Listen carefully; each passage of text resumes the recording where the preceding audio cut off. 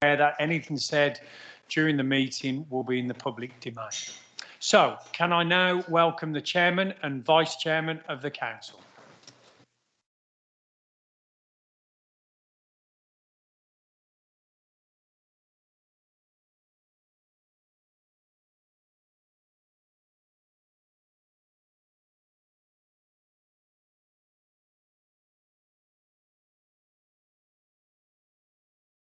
Friends of the Council, thank you for coming tonight. Before we start, I would like to call for a minute's silence in the memory of Councillor Isabel Ford. Thank you.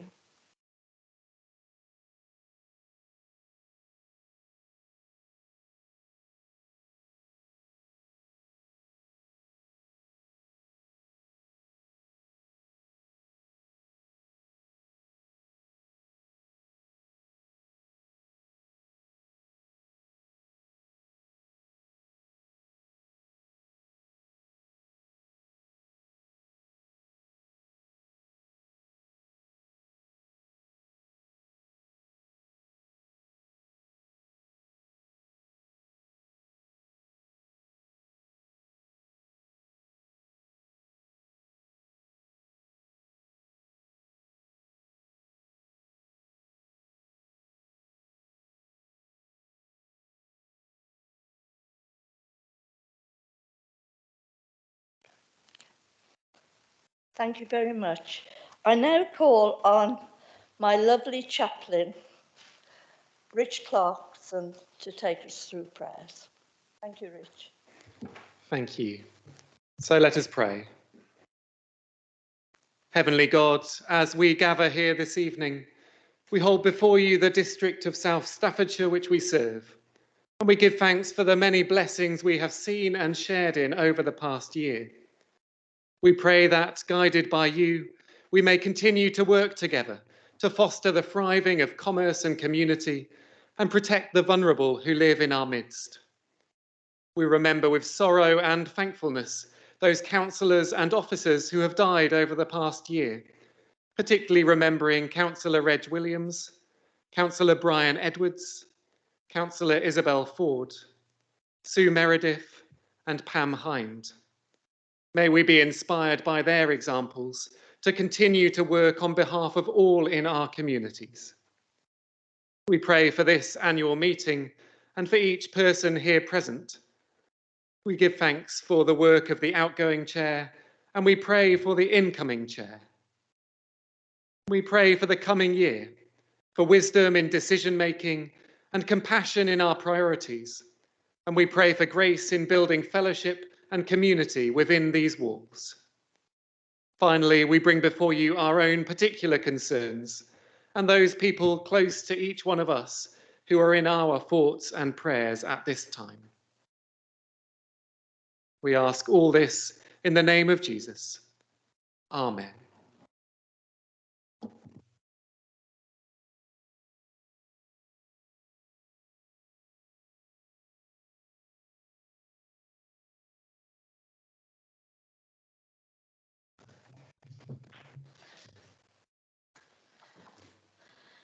I would like to welcome everyone to this annual general meeting of the Council.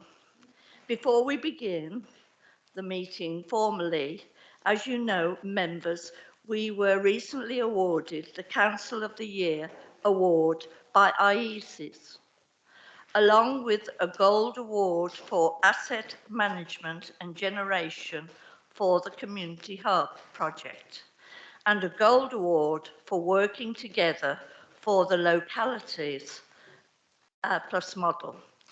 I am pleased to announce that Andrew Lana, the Chief Executive of IESI, has kindly joined us this evening to present the award. I'm delighted to invite Andrew to say a few words. Thank you. I should say there are 10 categories and you got 2 golds plus the category of Council of the Year, so you did very well. We are a not-for-profit social enterprise. We are owned by councils across the United Kingdom, and indeed one police and crime commissioner and a few fire authorities. And our purpose is to help improve local public service and reduce its cost. And in order to do that, of course, we have to share the best practice lessons that we all learn and help to get those transplanted from one council to another. And that's why we created the awards scheme in the first place. Been running for 13 years now. And the model that we use that underlies the scheme is also now used by the Local Government Association when it's preparing for its peer reviews, and by the Convention of Scottish Local Authorities in their review of Scottish councils. And more recently, in collaboration with 12 other countries, it's now used as a standard means to look at the innovation being adopted by councils and the impact of those transformations in local public services. So we try and bring some level of objectivity and comparison to our evaluation of what you're doing. And that's reflected partly in the fact that we also monitor and track projects over time. We recognise that actually the award comes at the end of quite a few years of hard work in what you're doing, and quite often we see councils come through the scheme and they might get a certificate of excellence and a bronze, or then a silver, and then a gold.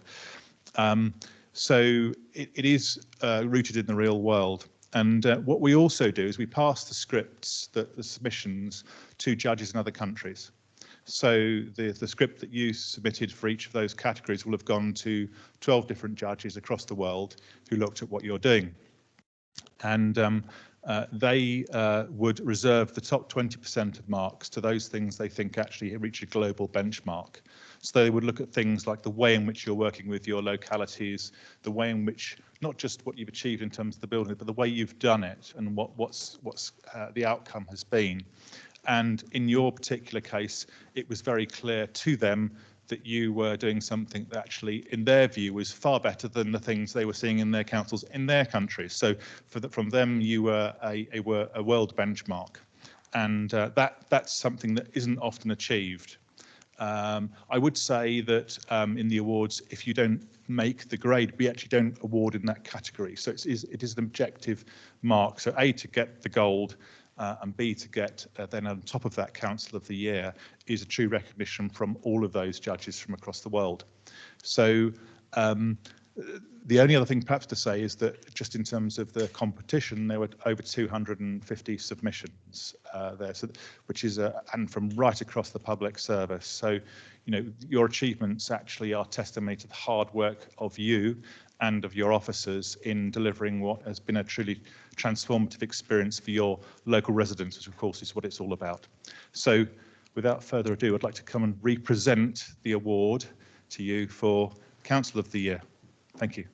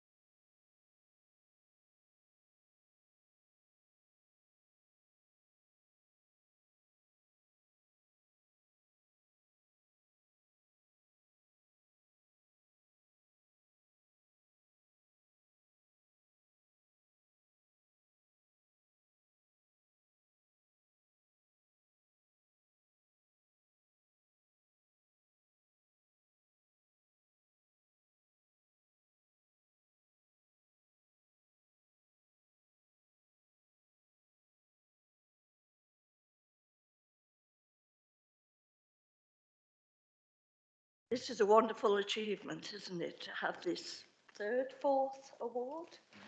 Fantastic. So well done to everyone. We are now on item 1. Is there any priority business? Madam Chairman, I can confirm that there's no priority business this evening. Thank you, Mr. Haywood. We are now on item 2 this evening, is the election of the new chairman. Can I refer you to the order of proceeds sheet, which before you tonight on the pink paper. Before I carry out the election of the new chairman, I would like to say a few words. And it's on my script, sorry. Right. Fellow councillors, these will be my last words to you as your chairman. My year has been bittersweet. COVID restrictions were still in place, and early into my term of office, we sadly lost Councillor Reg Williams, Councillor Brian Edwards, and Councillor Isabel Ford. All have been sad losses to us, but life goes on and COVID still remains a health problem. When our freedom from COVID restrictions were lifted, my consort and I went to many civic events all over Staffordshire, promoting South Staffordshire and spreading our good news of being voted the best council in England for 2022 by IESIS, the Public Sector Transformation Awards, and receiving 2 IESIS Gold Awards, which I and Councillor Leader Roger Lees accepted earlier. I have had many highlights during the year, especially being privileged to plant a tree in the office grounds for the Queen's Platinum Jubilee year, and attending the opening of the Michaelmas Quarter of Stafford County Law Courts and other special events. This afternoon, it has been my privilege to support Councillor Barry Bond at the presentation of his medal as a member of the British Empire at Stafford County Buildings. And would you, yes.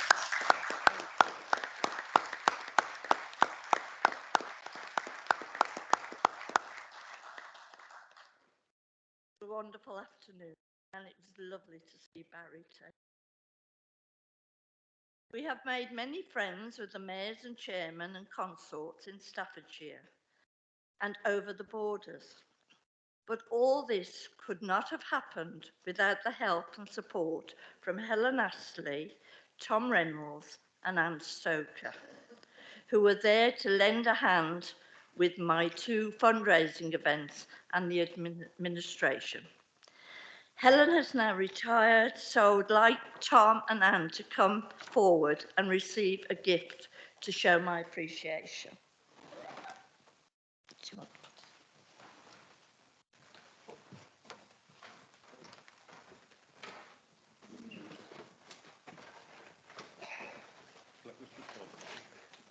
Right, is Tom going to be first? Ladies first. Anne, many, many thanks. Couldn't have done it without your help. Thank you, Tom.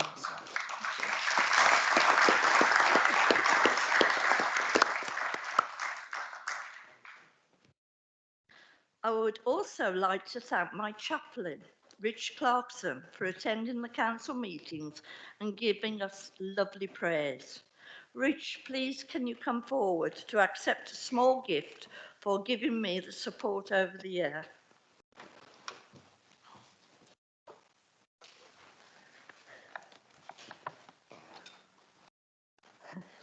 Well deserved, thank you, Rich.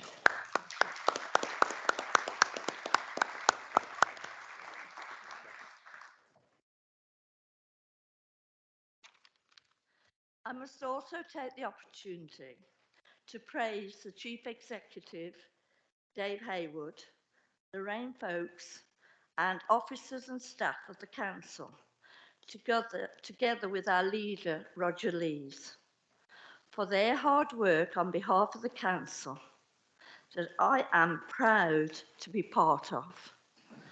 Because COVID restrictions, I have not been able to hold many fundraising events, but a very big thank you to all the council members and donors who have made wonderful contributions to my charity.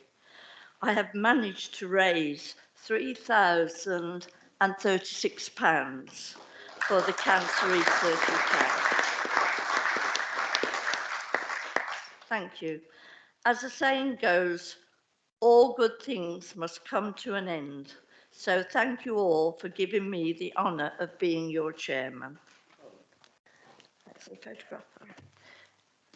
Because the charity has not been able to provide a representative, there will now be a photograph taken with a symbolic cheque that would have been presented to the charity. Yeah, I'll get it.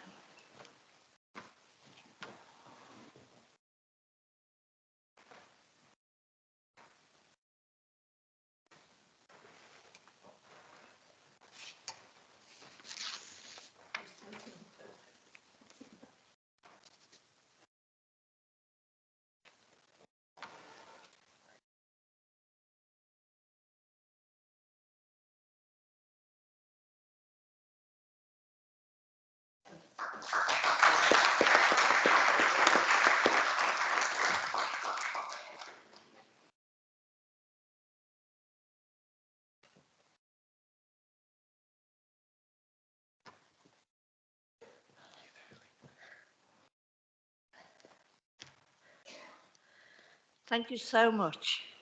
Really lovely. Now we come on to B. Can I now ask for nominations for the office of chairman for the year 2022 and 23? Councillor Bob Spencer, would you like to? Yes, Chair, thank you. Thank you for that. Also, just before I start, I think everyone would certainly join with me in congratulating you on your chairmanship of this council over what's been a very difficult year. So well done. It's my personal pleasure to propose Councillor Matt Ewart as chair of this council for the forthcoming year. Matt's lived here in Codsall for more than 30 years and been involved in local government as an elected member for considerably longer than that. During that time, he served on most of the committees, from asset management to the development of members. And he actually tells me one of his favourite roles is on the challenge panels, as he certainly likes to challenge. As I'm sure our officers would agree. He's also been vice chair of the planning committee on 2 occasions. I believe that these appointments were very shrewd, as most people I'm sure will agree planning is one of those very or particularly sensitive and challenging roles can evoke considerable emotion. And it's no surprise to me that Matt was asked to bring that calm wisdom and experience that have become his hallmarks. On a personal note, Matt has been a huge help to me during my tenure as a councillor. And I have to say, when those excesses of my character surface, as they sometimes do, Matt is inevitably the person I pick up the phone to and ask for advice, and it's not long before he brings that calm, considered, well thought through, balanced and measured response that I'm sure you've all witnessed. Matt has served this council and other parish councils with great pride and distinction for many years.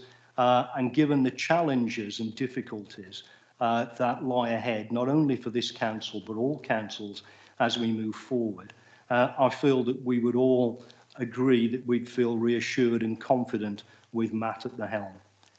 It gives me a great privilege to therefore propose Councillor Matt Ewart for the chairman of this council. Thank you. Thank you, Councillor Spencer. Do we have a seconder? Yes, Madam Chairman. I'd like to second that nomination. I think Councillor Ewart has one very special property that none of the rest of the councillors have in the current climate, and that's his PhD in microbiology and hygiene. unfortunately, especially in the food microbiology and agriculture industry, but he does seem to do quite well on advising on root cause analysis as well. So I hope he's been keeping an eye on all the practices that we've been doing here in the council for the for all the health and safety aspect of things. As Councillor Spencer said, Matt has been vice chairman of the planning committee twice, once under me, and I have to say his wisdom that he brings to most difficult circumstances has been invaluable over my time here. And I've always regarded him, I'm sorry, Matt, as one of the elder statesmen of the organisation. Undeniable. So I have great pleasure in seconding that proposal. Thank you, Councillor Mason. All those in favour, oh sorry, is it your wish that Councillor Matt Ewart be the chairman of the council? All those in favour, can you raise your hands, please?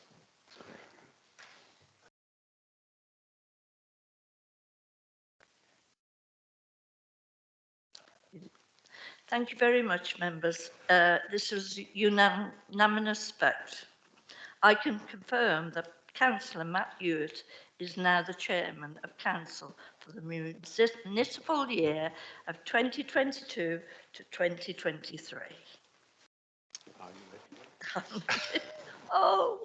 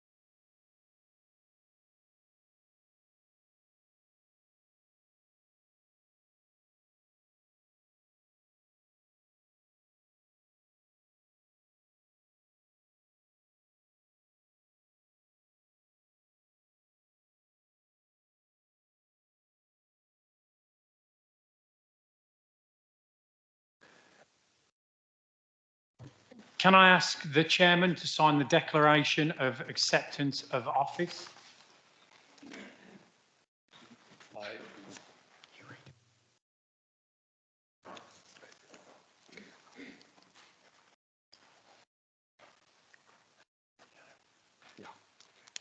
Yes, I'm advised by Mr. Haywood that I should read this document. I assure you it's 2 brief paragraphs.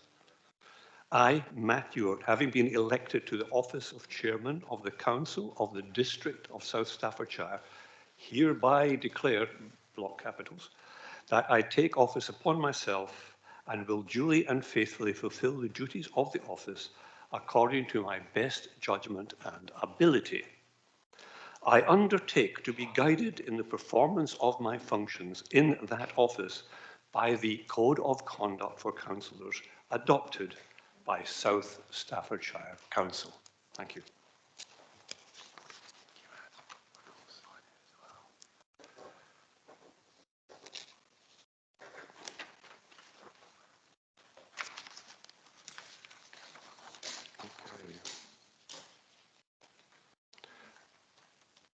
Without question, it's a considerable privilege to be sitting in this chair.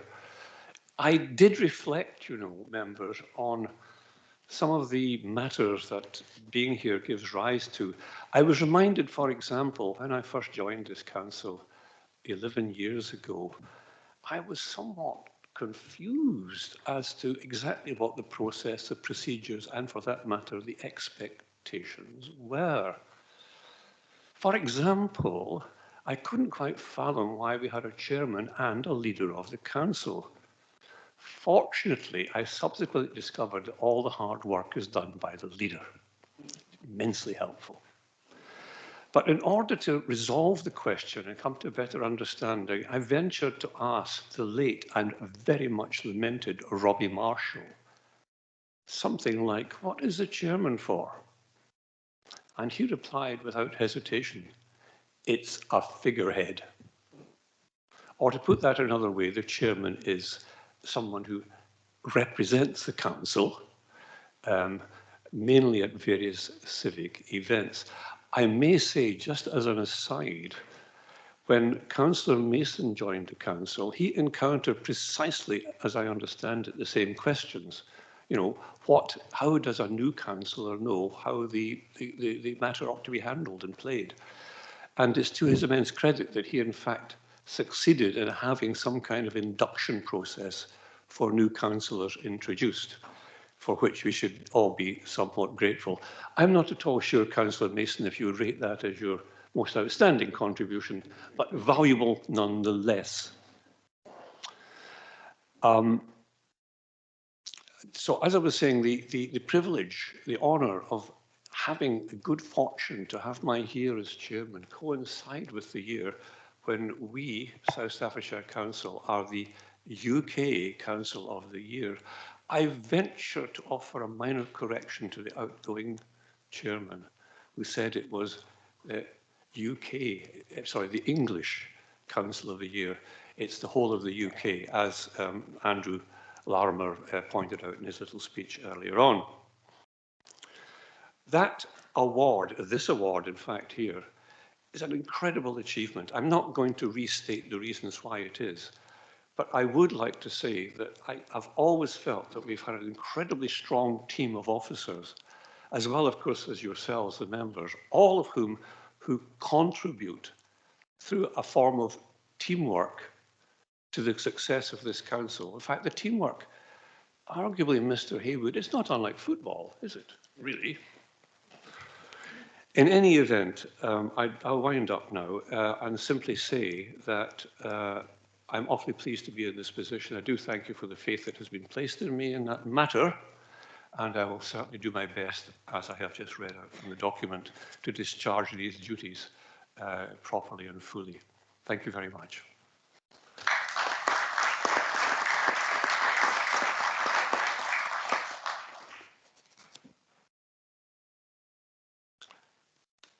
I would now like to invite my consort, Mrs. Ewart, Kirsten, so you know, to receive the Chairman's consort's chain of office. This will be conducted over to my left.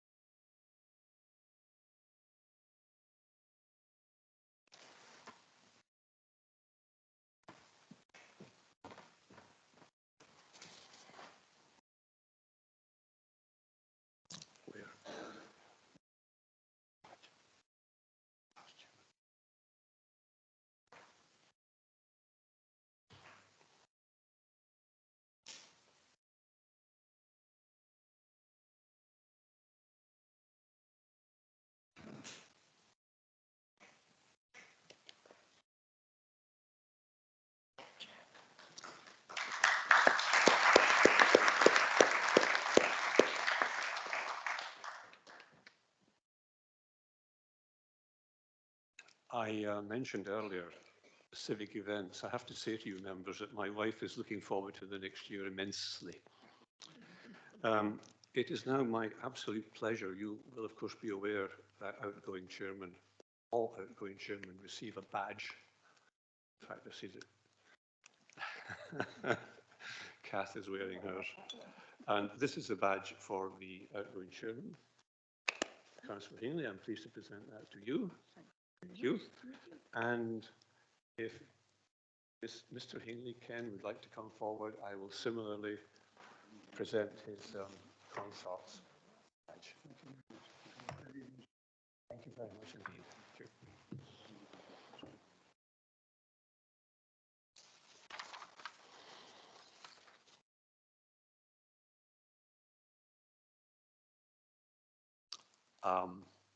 two more little matters to attend to at this point. One of them is that it is my, should we be upstanding for this week's part? Is somebody going to take a You snap want to be of upstanding? this? We'll be upstanding, Yes, Mr. yes, Chairman. I think we should. So, so much has been said about the way you've handled the job. We're absolutely delighted with the year you've had. It's a pity COVID interfered to some extent. But nonetheless, it's a real pleasure Oh, to present you oh, with these flowers. lovely. Oh, thank you. You very deserve much. it, no question. Thank you very much, Mr. Chair.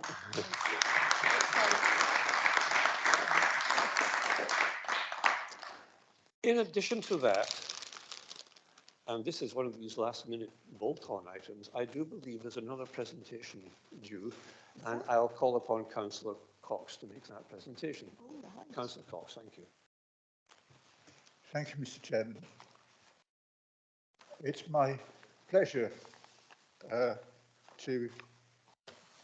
have got the members to get a gift for you because they've enjoyed having your membership and your company, and I hope that I can bring this to you and that you will very much enjoy it. No. Thank you very much indeed.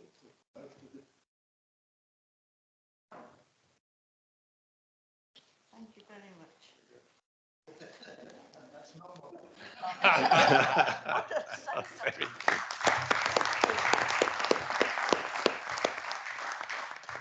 Say thank you very much, members. I really do.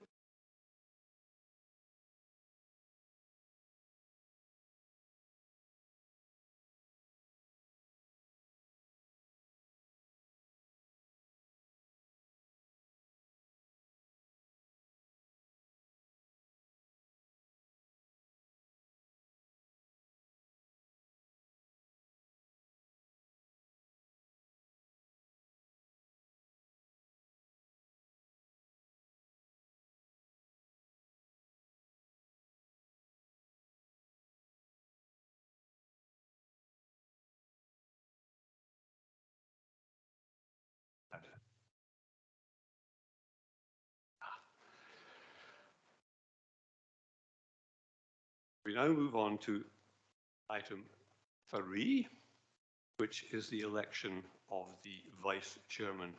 Can I now ask for nominations for the office of Vice Chairman for the municipal year 2022-23?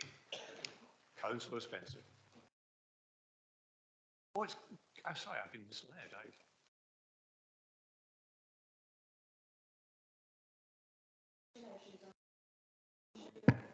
Sorry, Councillor Spencer, could you turn your mic on? Thank you. Thank you, Chairman. I'll start again. Thank you, Chairman. I'll start again. Congratulations to you on your new role. I'm sure you'll have an absolutely wonderful year, you and Kirsten together. Enjoy. I'd like to propose Councillor Meg Barrow for the position of Vice Chairman of South Staffordshire District Council for 22-23. Meg, has been a parish councillor in Codsall for 15 years and in Bilbrook for 11 years, and is in her second term here at South Staffordshire as a district councillor, and has been very active in her role during that time. Meg worked as a social worker and care assessor in Codsall for nearly 27 years. She's married with 3 children and has 9 grandchildren. Megan is very much involved in her local community, helping where she can to bring the community together, and I know that she will be a great support to great support to you, Chairman, if elected as Vice Chairman. So, Chairman, I'd like to propose my nomination for Councillor Meg Barrow as Vice Chairman of South Staffordshire District Council, and hope that members will support it. Thank you. Thank you very much, Councillor Perry. Do we have a seconder? Councillor Hingley. Thank you, Mr. Chair. You're not quiet for long. Oh, stand for this one. Yes, Meg is the right person. I've known Meg since I've joined the district council, and we've been friends. She's always helped. Whenever I was stuck, she was always there. And most times you find Meg in the washing up bowl, doing washing up wherever I go. On any fundraiser, there's Meg washing up. I think she'll be a great asset to this council. She really will. So I'd like to second the proposal and agree with Kath. Thank you. Thank you very much indeed. Is it your wish that Councillor Meg Barrow be the Vice Chairman of the Council? All those in favour, can you please raise your hands?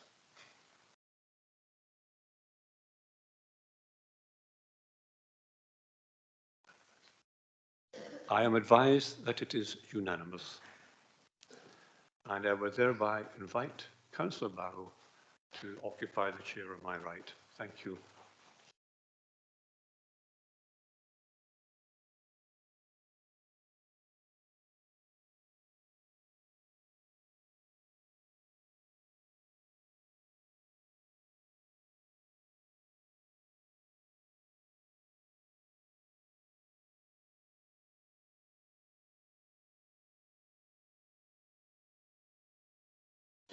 Councillor Barrow falls to me to invest you by, I shall be behind you.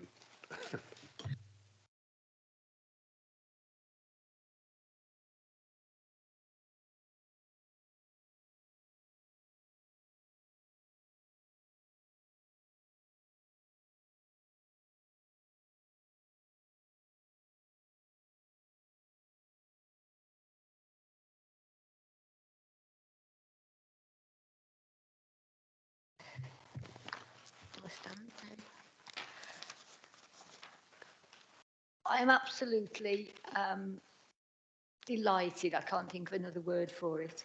Thank you all for your support and vote this evening for Vice Chair of this wonderful South Staffs District Council.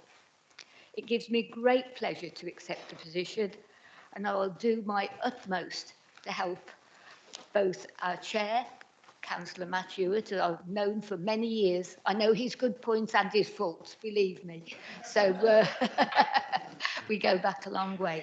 And also our good leader, Roger Lees. Hopefully I'll always be there to lend a hand when necessary. As you've heard, washing up I'm quite good at. So, you know, both of you, I'll always be around. I've lived in South Staffs for over 50 years. And I feel very privileged to be able to pay something back to our lovely communities. I've always worked in social care and health and been involved with lots of people in this area. But I do feel now that I'm helping to represent this council, and I'm so proud to be part of this district council. Thank you all very much.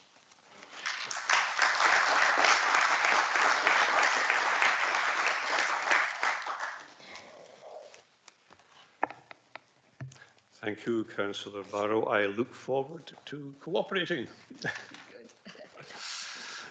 We now move members to item 4, the minutes of the council meeting held on the 22nd of March. These are before you on page 1 of your pack. Is it your wish that I sign the minutes as a true record? Thank you.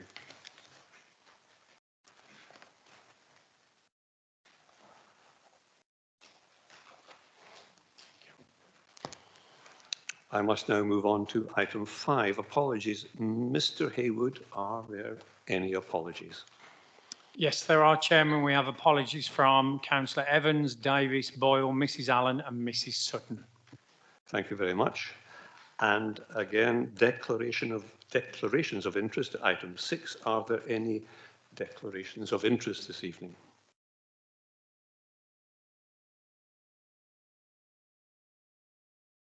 None. Thank you.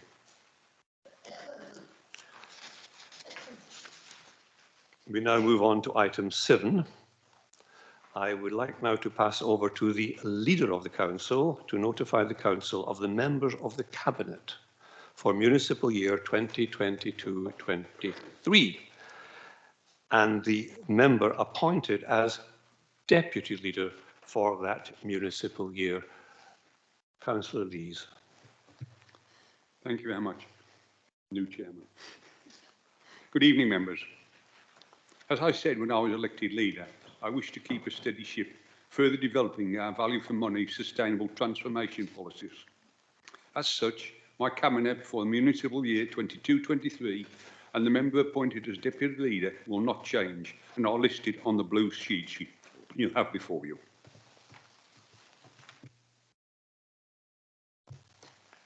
Thank you, Councillor Lees. We move on then to item 8, page 3 of your pack. Annual review of the constitution of the council. Can I now pass to the monitoring officer to present her report on the constitution? Thank you, Chairman. Good evening, members. This is the usual report updating the Constitution. There are a number of minor changes as set out in the report. Firstly, as members may be aware, there's a proposal to change the number of members that sit on Planning Committee from the current number of 21 down to 18. As set out under paragraph 4.4 of the report, that would necessitate a change in the locality split between now and the May 2023 election. The group leaders have been consulted on this proposal and were supportive of it. Also to mention, members, that as you'll be aware, the local government boundary review will be implemented between now and the May 2023 election. That will result in a slight change to the boundary between localities 4 and 5, and that will be reflected in the proposals brought forward to council next year for membership of the planning committee to reflect that change. Moving on, members, to 4.5 of the report and some proposed changes going on from there in respect of delegations. These are around planning delegations, and members will be aware we held a briefing session week before last, going through those with members. So very briefly, members, the first one is around the determination of planning applications and permitted development fallback position. So it's just to clarify that if the fallback position is there, then the provision as set out in 4.5 of the report would apply. Then moving on to 4.6 of the report, members, further clarification in respect of the development consent order under the West Midlands interchange, and just clarifying that the existing delegation extends to the applications imposed under the development consent order for the West Midlands interchange. Again, clarifying at 4.7, the existing delegation around 106 is, again, in respect of the West Midlands interchange and matters there, and giving members the opportunity to call those matters in, but within 5 days of notification of receipt of that application. There's a need to introduce a different timescale for West Midlands interchange applications because they're determined on a much shorter timescale than normal applications. So members will still have the call in just on a slightly different timescale than with respect to other applications, and the subsequent amendment to the general calling provisions, again as set out in 4.7 of the report. Again, 4.8 of the report sets out the proposed delegation in respect of planning performance agreements. The corporate director has an existing delegation for 106s, just for the avoidance of doubt, is specifying that that does include as well planning performance agreements. 4.9 of the report, members, just updates a reference to some regulations and updating that delegation accordingly. And then at 4.10 of the report, members, it's a clarification on the delegation around existing or proposed lawful use.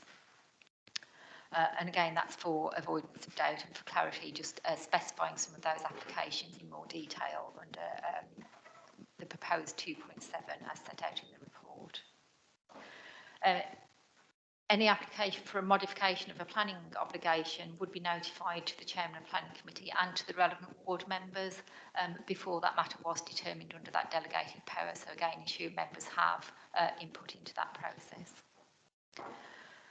4.11 is a minor amendment in respect of matters determined at Planning Committee and just giving the opportunity for the planning policy considerations there to be specified in any decision notice. And finally, in respect of planning matters at 4.12, the report members is the position with regard to lawful development certificates. These are largely legal determinations based on evidence, and there's proposed that there would be a specific delegation to the corporate director to determine those applications. Moving on to the limit on minor disposals at 4.13, the proposal that that limit is up to £10,000 from the current £5,000 limit on minor disposals, but still with the involvement of the asset scrutiny panel as appropriate. And introducing a new provision that all disposals or acquisitions of land below that £10,000 limit would be notified to ward members, so ward members could give their valuable input into those local issues before a decision was made on any acquisition or disposal. Moving on to 4.14 of the report, members, this is a proposed amendment to the council standing orders. As set out in the next couple of paragraphs, it's proposing to change the standing orders for planning committee, where we don't take a proposer and seconder. It's based on officer recommendation within the report, so just reflecting that in the standing orders. And similarly, amending the standing orders slightly for overview and scrutiny and wellbeing select committees, which again don't normally have a proposer and seconder, but the chairman of the committee can put the recommendation to the meeting. Finally, members, it's a change to the financial procedure rules. This is in respect of the capital programme and amending the oversight, the internal oversight of that capital programme. Importantly, it's not proposing any changes to the approval of the capital programme and the provisions in the Constitution on how the capital programme is approved and amended. It is merely the oversight of that capital programme, where there's been a change in the internal body that looks at that, so reflecting that in the Constitution. So the recommendation, members, is that the revised Constitution be adopted by the Council and replace all previous versions of the Constitution. Thank you, Chairman. Thank you, Mrs. Fox. So do we have a proposer in support of the revisions to the Constitution? Yes, Mr. Chairman. I would like to propose that the revised Constitution be adopted by Council and replace all previous versions of the Constitution. And do we have a seconder? Yes, I would like to second that, Mr. Chairman. Thank you very much. Are there any questions? Councillor Fisher. Thank you, Chairman. Firstly, congratulations on your appointment. Can't promise to go easy on you, that'll be lying there, but I'll do my best. Yeah, so you said that I couldn't make the member briefing on the delegated authority. So I just want to ask a question regarding 4.11, at the bottom of page 7. It's the new delegation. So a new delegation to make minor modifications to the wording of conditions or reasons for refusal wording post-committee. Now, wording for me is very important. So me changing a word from shall to should is minor, but has major implications on the condition. So the opportunity for local members to speak is at planning committee, and I'm a bit uneasy if wording could be changed after the fact. To go against an officer recommendation at committee, planning reasons would need to be provided. Therefore, could we add on to this that some consultation with the proposer of the motion that was contrary to the officer's recommendation is had? Because that way, the member who proposed the alternative decision can make sure that the amended wording does not affect the condition and its implication as intended at committee, if that makes sense. I'm not at all sure that really took the format of a question, but nonetheless, I would like to invite Mrs. Roberts, the Corporate Director for Infrastructure and Business Growth, since that was a question relating to planning, to respond. Thank you, Chairman. Thank you, thank you, Councillor Fisher, for that question. So ultimately, this modification is to allow for two things: for the minor changes to any conditions, if when officers go back and then look at the conditions to try and find a suitable condition that's appropriate following committee. One would hope that that would be entirely in line with the committee members and the committee members' thoughts on that. But of course, we will always check that out with the proposer. But also, it's also critical in terms of any refusal, if that's gone against officer recommendation, that we put the strongest case forward for a refusal of planning permission. Obviously, if that's gone against officer's recommendation, so that's why that's in there. So to ensure that the strongest position can be put forward in the event of an appeal. But I see no reason why the proposer or that could not be ran past the member involved if in those circumstances, if particularly in terms of conditions. Councillor Fisher, do you wish to add anything by way of debate? I'd just like to come back and say I totally understand and agree with the reason why it's there. It's more, I'd just like to see in the black and white, well, the process that you've set out where members who propose the alternative decision would be consulted. I'm assuming that would be the normal process anyway, as you've said. I'd just like to see it written down there for transparency and to make it more robust. Thank you. Thank you, Councillor Fisher. I would like to invite Mrs. Fox to comment on that last remark. Thank you. Yes, absolutely, Councillor Fisher. If you want to put that forward, you'd need to put that forward as a motion, because obviously it's not on the face of the report at the moment. So if you want to put that forward formally as a motion, and we can see if there's a seconder. Thank you, Chair. Like that, then I'd like to propose the amendment that just on the end of that this following consultation with the actually, I'll make sure I get it right. Following consultation with the proposer of the motion that was contrary to the officer's recommendation. Thank you. Obviously, it's as Annette has just said, but just pulling it down in writing.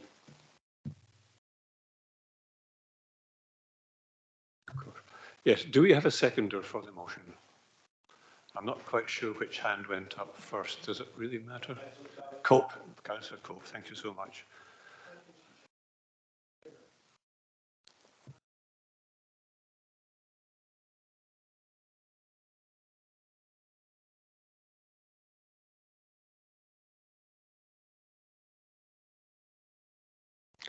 Does any member have any further questions in relation to this proposal, or does any member wish to debate it?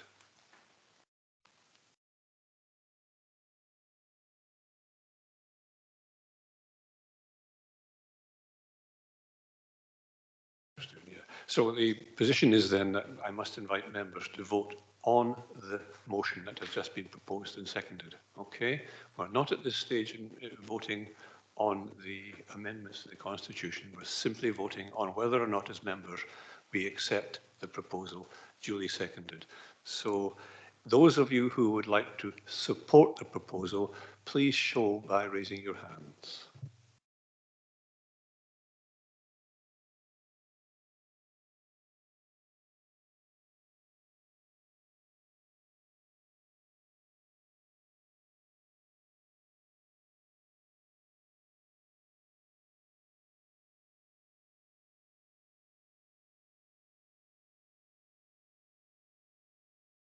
Thank you for that. You have been counted. Anyone against?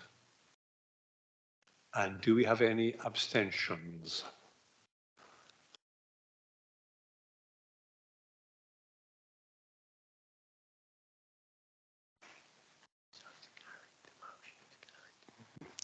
That being the case, the motion is carried. So the motion serves to amend the Constitution in the lines described by Councillor Fisher. It still remains that we take a vote on the amendments to the Constitution, amended in the light of the the vote to accept the package as it will be completed as amended. Thank you very much. Do you accept or agree with these amendments to the Constitution? Please show with your hands, raising your hands.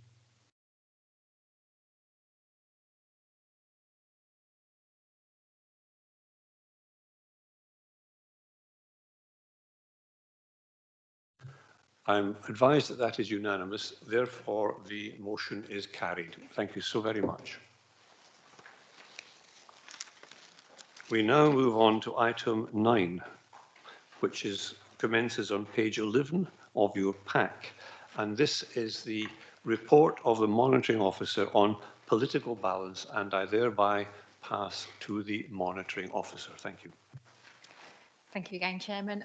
So again, members, this is the usual political balance report. Since the writing of this, of course, members will be aware that sadly Councillor Ford passed away.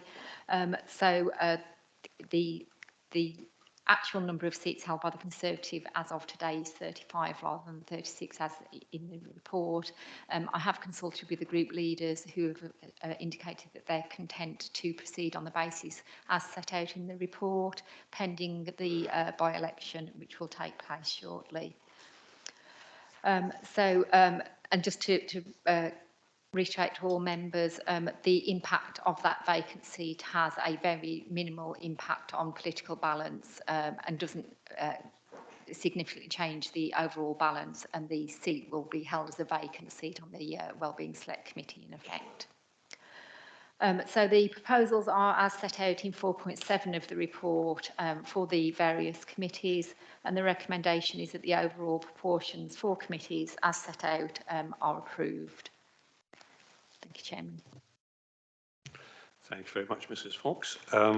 Do we have a proposer in support of the motion? Yes, Mr. Chairman, I'd like to propose the appointments to each of the... Sorry, I would like to propose that the overall portions for committees set out in 4.7 be approved. Do we have a seconder? Yes, Mr. Chairman, I'd like to second that. Members, are there any questions in this connection? Would anybody like to speak, start a debate? No. That being the case, can we please take a vote, raise of hands, to agree with the proposal?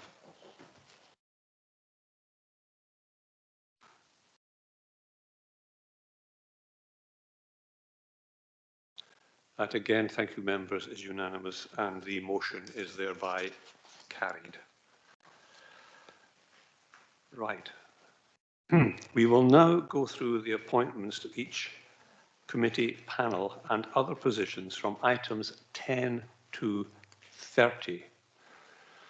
I will take all of the committee panels and appointments together as one vote unless any member has a desire that one or more of these should be considered separately and debated. Otherwise, I ask if you agree to the recommendations before you for the membership and appointment of the chairman, vice chairman to all of these committees. This is a chairman and vice chairman of these committees. I would refer you to the blue nomination sheet, which details the proposed appointments. It looks very much like that, including the recommendations of the Conservative, the South Staffordshire Independence Group and the Green Group. I trust the matter has been made clear. If anybody has any questions at this point, I'd be more comfortable if you raised them now. Yeah.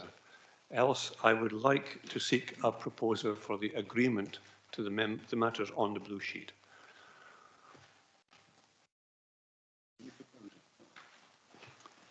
Thank you, Mr. Chairman. I'd like to propose that the appointments to each of the committee panels and other positions from item 10 to 30 be approved. Do we have a seconder? Yes, Mr. Chairman, I'm happy to second that. So are there any questions at this point about the proposals? Does anybody wish to speak on the matter? That being the case, I would like you to show your approval of the proposal by raising your hands. Thank you.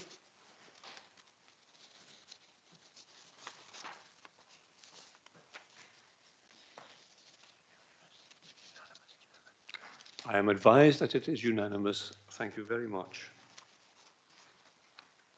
The motion is thereby carried. Bringing us to item 11, to be found on page 17 of your pack.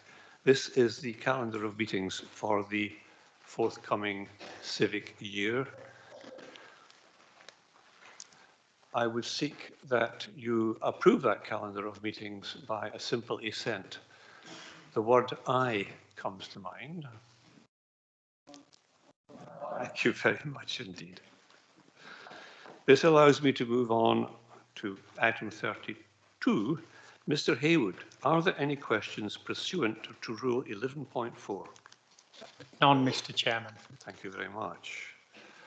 Item 34, page 61 of your pack, the Alderman Protocol. Can we now turn then to that report?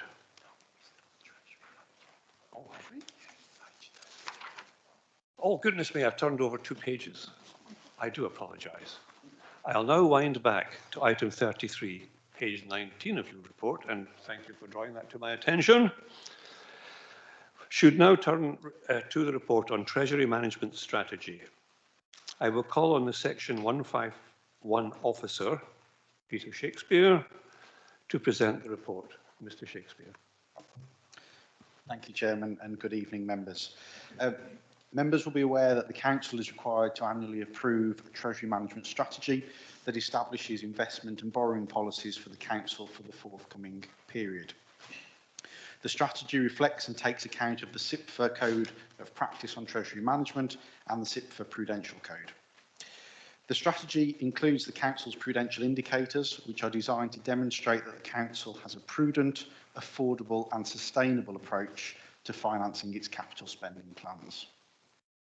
Also included is the investment strategy, which sets out the Council's criteria for choosing investment counterparties and limiting exposure to the risk of any financial loss. The Treasury Management Strategy outlined in detail in Appendix A sets the Council's operational boundary limit for external debt at £41 million and the authorised limit at £44 million.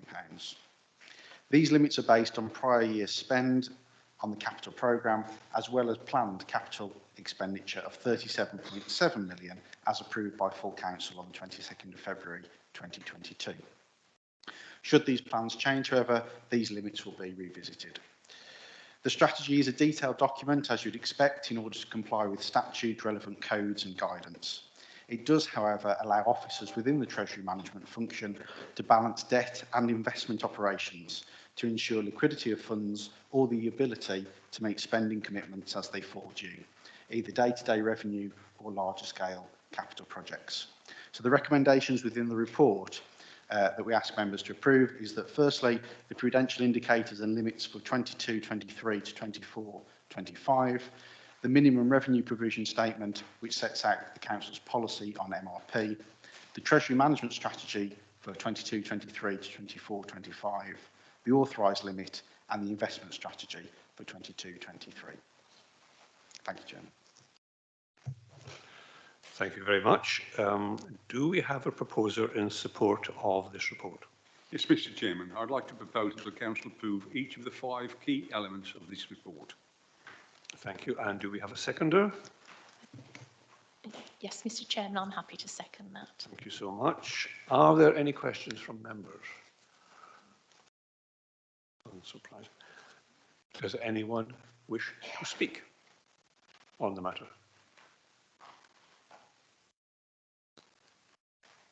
Is it your wish that the recommendation is approved? Can I have a show of hands, please? Those for.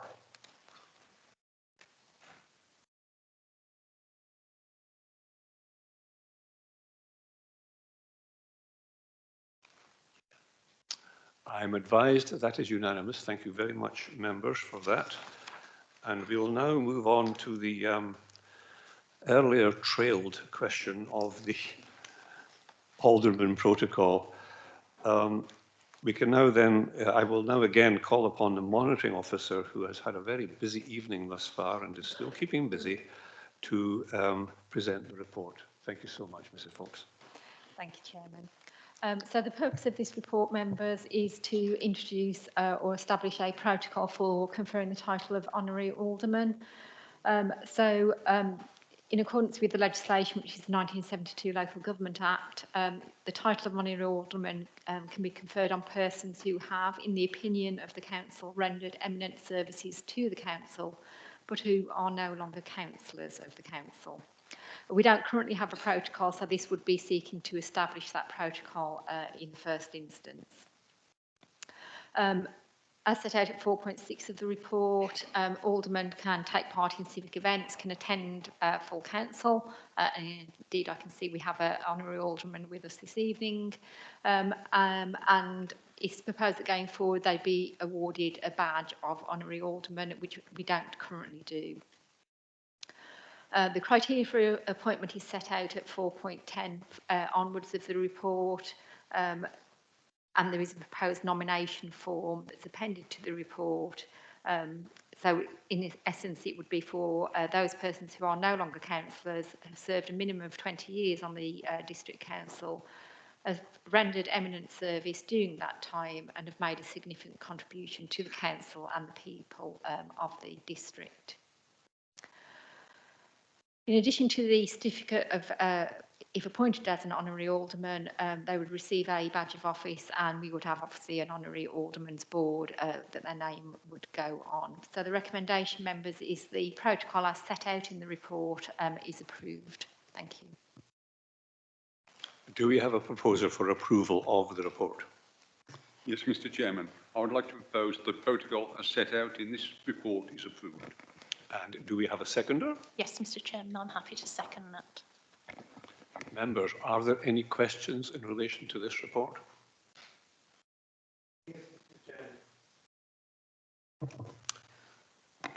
Councillor Sadler, please. The 20 years. Now, that's reasonable in my opinion, but if somebody were approaching that and were then prevented from remaining on the council by ill health, I think perhaps we could rethink that slightly. Interesting question. Mrs. Fox, please. Absolutely, Councillor Sadler.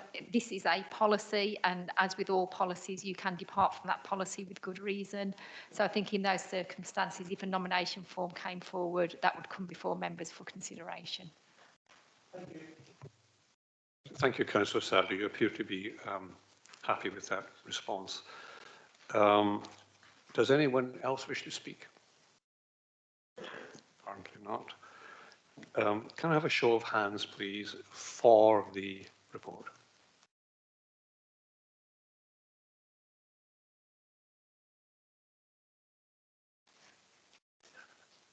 I'm again advised that the vote is unanimous, which means I'll just make sure I've only got the one piece of paper here. We move on to item 35, page 67 of your pack, and this is the all-important Code of Conduct, which tends to be revised annually. And we can now turn then to the report on the proposed new Code of Conduct. I call on the Chairman of the Standards and Resources Committee, Councillor Barry Bond, MBE, to present the report. Thank you, Councillor Bond. Thank you, Chairman. I would say to members, the report is in the papers that you have for this meeting. It is very comprehensive, so I don't intend to go through this in fine detail. Just make one or two general comments about it. I think you will find that it is written in a far easier way to read, far more explanatory, particularly in terms of the terminology that's used. There are explanations about what each of the terms mean. It's also written in a different way. It's written from the perspective of the member, and it's far easier to understand that. There are one or two things that you may have noticed in there. There is an emphasis on respect, And it's not only just respect from the members to the constituents that we deal with and the residents that we deal with. There is also an implication there. There is a contract between us and them, and they are expected to treat us with respect also. And there are comments in there about what we can do if we feel we're not being respected. There's also comments in there, new comments compared with the old code about social media, which I think people will find useful. There are also explanations about pecuniary interests and interests that members should be declaring, and some explanation about that. So those are the sort of general points I wanted to bring out, Chairman, about that. So I would like to propose that members do approve the adoption of the revised Model Code of Conduct for South Staffordshire Council. Thank you. Thank you. Thank you, Councillor Bond. That indeed was a proposal, which means I am now seeking a seconder. Councillor Holmes. Thank you very much. Are there any questions? Councillor Fisher. Thank you, Chairman. My issue with the Code of Conduct has always been around the weakness, I believe, of the sanctions when someone breaches the Code of Conduct. I believe those are, we can't set our own, that's my understanding. But on page 98, in our policy of Appendix 3, number 26, right at the bottom, it says, all complaints alleging a failure to comply with this code will be considered in accordance with the procedure agreed by the Council. It'd be helpful if that procedure was in this policy as well, if that's possible, so it's all in one place. So that is just my question, is it possible, for transparency, that that procedure we're referring to, whichever it is there with that? Thank you, Councillor Fisher. I'm not sure, should I invite Councillor Bond to respond in the first instance? Is that? Okay, very good, Mrs. Fox, in that case.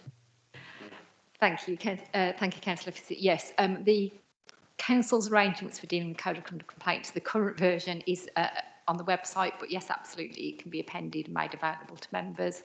But we're actually just in the process of reviewing that, so there's a report due to go to the next Standards and Resources Committee in June, on the 16th of June, looking to amend those procedures. But you're absolutely right, the sanctions are not something that we can change, we can only do what the law says. The sanctions are set out in law rather than in the Code of Conduct, so we don't have the capacity to change those, unfortunately. Councillor Fisher, are you content? Yeah, that's fine, Chairman. If it's been reviewed and amended, it might as well wait till after that process before being included. Thank you. Thank you very much indeed. So it has been proposed and seconded that we support this report, and I would therefore ask you, the recommendation being that the report is approved. For those in favour, please raise your hands.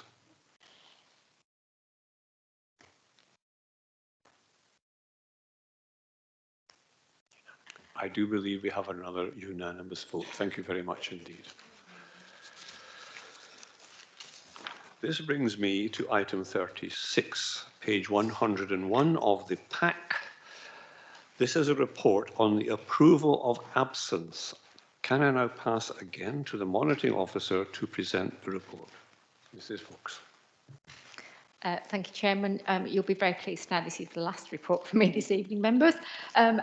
As members will be aware, if an elected member is unable to attend a meeting for a period of 6 months, they are automatically disqualified under Section 85 of the Local Government Act.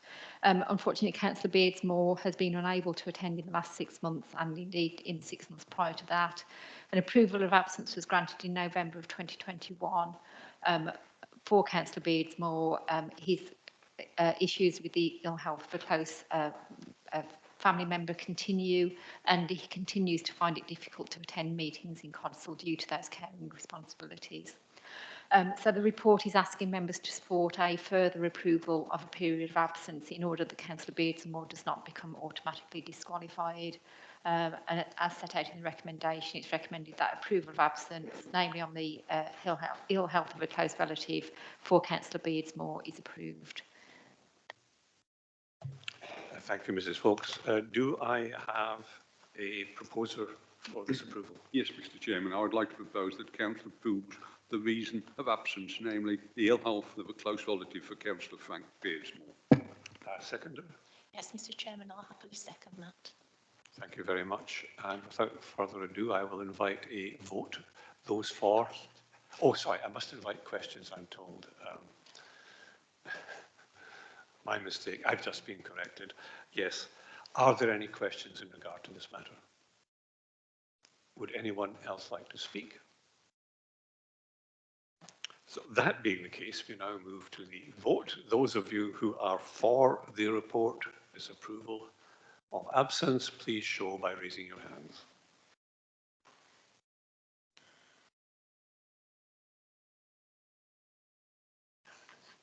I'm advised again it is unanimous. Thank you very much indeed, members.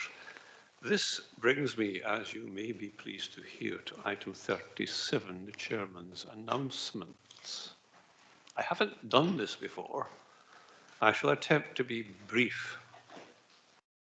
First of all, I should announce that the Chairman's charity this year, I'm going to, having mulled this somewhat, I'm going to split the charity donation between two charities, one being Cancer Research UK and the other being Macmillan Cancer Support, which I think in some practical ways is almost the more important of the two.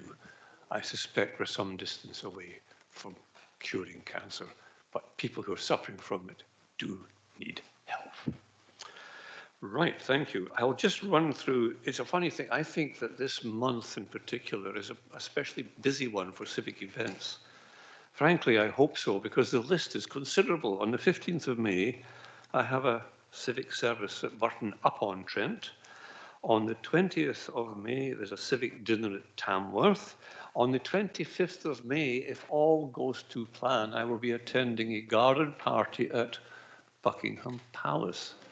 Also due to be attended by Councillor Bond, I understand. I look forward to seeing you there if things go to plan.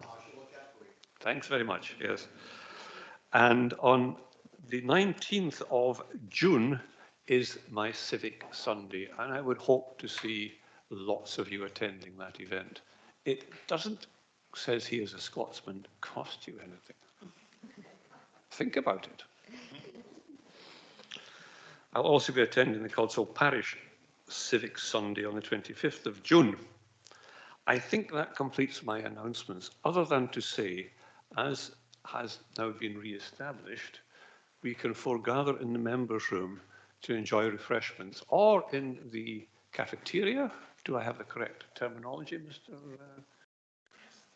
Cafeteria, where as I walked in this evening, a sumptuous buffet was being prepared. I would also say that myself and my consort and others will be gathering at the corridor on the other side of that door to do any handshaking and brief exchanges of chat that might appeal to you. And having said all of that, I will now declare the meeting closed. Thank you very much for being here and for participating. Thank you. Members, ladies and gentlemen, please stand whilst the Chairman and Vice Chairman leave the Council chamber.